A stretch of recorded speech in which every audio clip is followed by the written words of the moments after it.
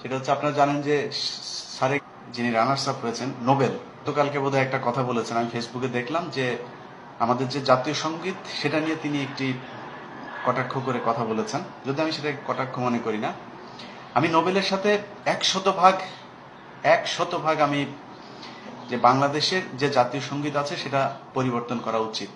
আমি জানি না এটার বাধ্যবাধকতা কি, তবে আমার হাতে যদি কোনো ক্ষমতা থাকতো বা হয়, আমি অবশ্যই এটা চেঞ্জ করব।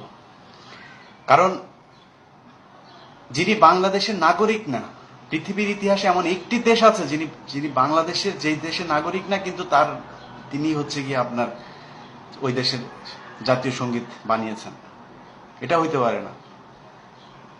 আরেকটা বিষয়, এই জাতীয় সঙ্গীতের মধ্যে বলা হচ্ছে যে তোমার তরে ঠেকায় মাথা, মুসলমান মাথা এক জায়গায় ঠেকায়, মুসলমান মাথা শুধু একটা জায়গায় ঠেকায়, সব জায়গায় ঠেকায় না।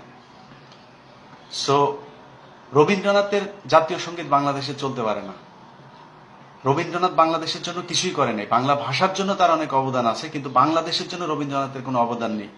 যখন ব্রিটিশ ভারতের, যে সময় ব্রিটিশরা হচ্ছে আপনার ঢাকা বিশ্ববিদ্যালয় প্রতিষ্ঠা করতে যাচ্ছিল, তখন এই রবীন্দ্রনাথ একমাত্র ব্যক্তি যিনি কিনা ভেটো দিয়েছিল এটাকে তিনি কলকাতায় করতে চেয়েছিল। কিন্তু ঢাকা বিশ্ববিদ্যালয় ঢাকা এদের বাঙালিদের পড়াশোনা করায় কি হবে, এরা বিশ্ববিদ্যালয়ের কি বুঝবে। রবীন্দ্রনাথের জাতীয় সঙ্গীত বাংলাদেশে চলতে পারে না।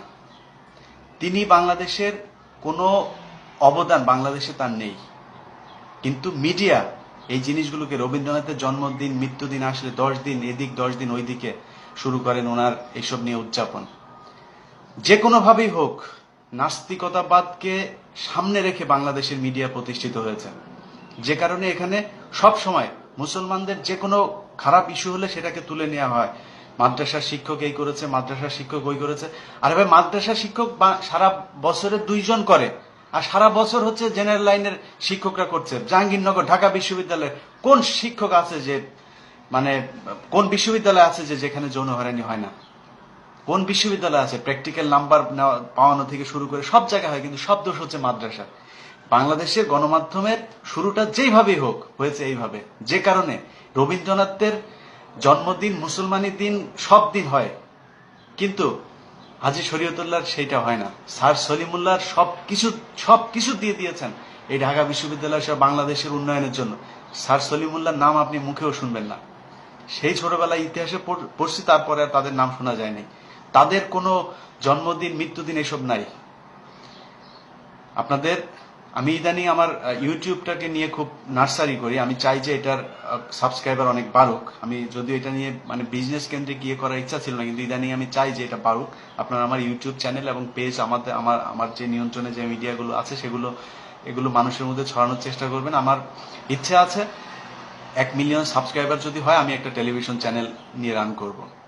এর জন্য আপনারা অনেকেই আছেন আমার সাথে আমাকে আর্থিকভাবে সহায়তা সহ সামগ্রিকভাবে অনেক সহায়তা করতে চেয়েছেন। আমি যখন টেলিভিশন করব তখন আপনাদের সহায়তা, আমার সব ধরনের সহায়তা দরকার আছে।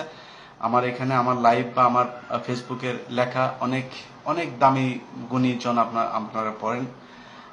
আপনারা যারা আমার সাথে 2-1 জনের সাথে যাদের কথা হয়, তারা নিজেরাও বলেছেন যে আমি যে গত সপ্তাহে গালাগাল করেছি সেটার জন্য আমি আবারও সরি বলছি। তারা বলেছেন যে ইলিয়াস, তোমার কথা কিন্তু ইন্টেলেকচুয়াল অনেক মানুষজন শোনে, সো তুমি এদের সামনে মুখ খারাপ করে কথাবার্তা বল না, আমি বলবো না বলেছে তাদেরকে।